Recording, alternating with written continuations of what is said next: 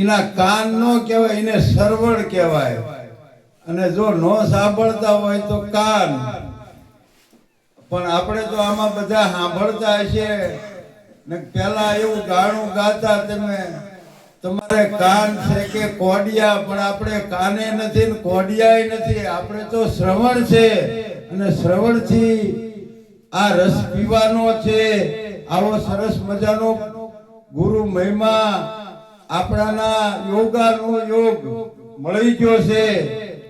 તમે વાત કરતા 46 વર્ષ પહેલાથી આ સંતોને પધરામણી થાય છે, ત્યારે અમને માંડ અત્યારે જરાક સુગંધ આવી છે. મારા દિલથી કહું છું, સત્યથી તો ઘણા શેઠા હતા. અને જે કાંઈ છે એ ગુરુ મહારાજનો પ્રતાપ છે. તો વાત શબ્દની હતી કે જેને જેને શબ્દના મારા મર ગયા, શબ્દે છોડ્યા રાત. જેણે જેણે શબ્દને વિચાર્યો એના સુધર્યા સર્વે કાજ.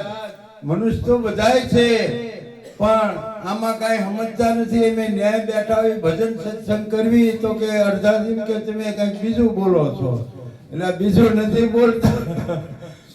એટલે આ નિજ જ્ઞાન આપણા સુધી, નિજ જ્ઞાન નહીં પણ નિજ આપણને નિજ સ્વરૂપનું જ્ઞાન કરાવ્યું છે. ઈ શબ્દ છે. અને આમ તો શબ્દ જે છે એ આકાશનો ગુણ છે, આકાશમાં રહેલો છે. જેમ કે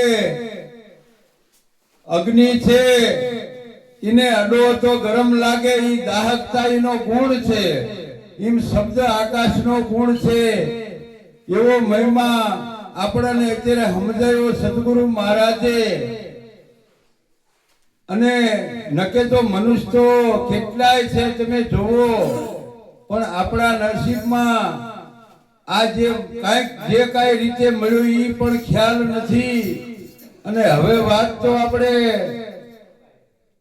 આપણાને હમણાં ભરત મહારાજ કહેતા હતા કે જ્ઞાન ગુરુ દેહનું નથી આપ્યું પણ આત્માનું આપ્યું છે. વાત 100% સાચી છે. પણ હજી કોકને પૂછો તો આમ લબુ ડબુ થવા માંડે, ખબર હોય છતાં પણ આપણને એમ થાય કે હું ઈ હશું. તો કેમ એમ થાય છે કે જ્યાં સુધી આપણા અંતકરણમાં શુદ્ધિ ન આવે ત્યાં સુધી આત્મા કીધેથી આત્મા થઈ જવાતું નથી. કોઈ વસ્તુ આપણે જેમ કે પાણી બોલવી તો તરસ મટી નથી જતી, એમ આત્મા કીધેથી આત્મા થઈ જવાતું નથી. પણ ખરેખર સદગુરુના શરણમાં નિષ્ઠા રાખી અને જે નક્કી કરે એ બોલતા હતા. ઘડીક ત્યાં ઊભું રહી, પણ ઘડીકે ક્યારેક કોકને યાદી આવે ને કે આ જંજાળમાં આપણે ભૂલી જઈએ છીએ ખરેખર. અને આ અદ્વૈત જ્ઞાન તો કાસા પોસાને ગુરુ શરણે જ્યાં હોય ને આપણને નથી નક્કી થતું મહારાજ કે આ આટલા બધા આત્મા હશે આટલા આત્મા એક જ છે.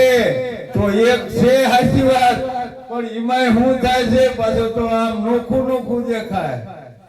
લુગડા લતા શ્યારા બધું નોખું નોખું દેખાય ને એટલે નક્કી નથી થતું. આપણે નક્કી તો 100% કરાવે છે ગુરુ મહારાજ આપણને, પણ એમ તો આમ માંડ માંડ હા પાડતા હોય એવું લાગે. પણ ખરેખર છે એમ જેને જેને અનુભવ થયો એને એક વાણી છે રમણ મહારાજની સરસ મજાની, એને એનો અનુભવ રજૂ કર્યો છે. એ ભજન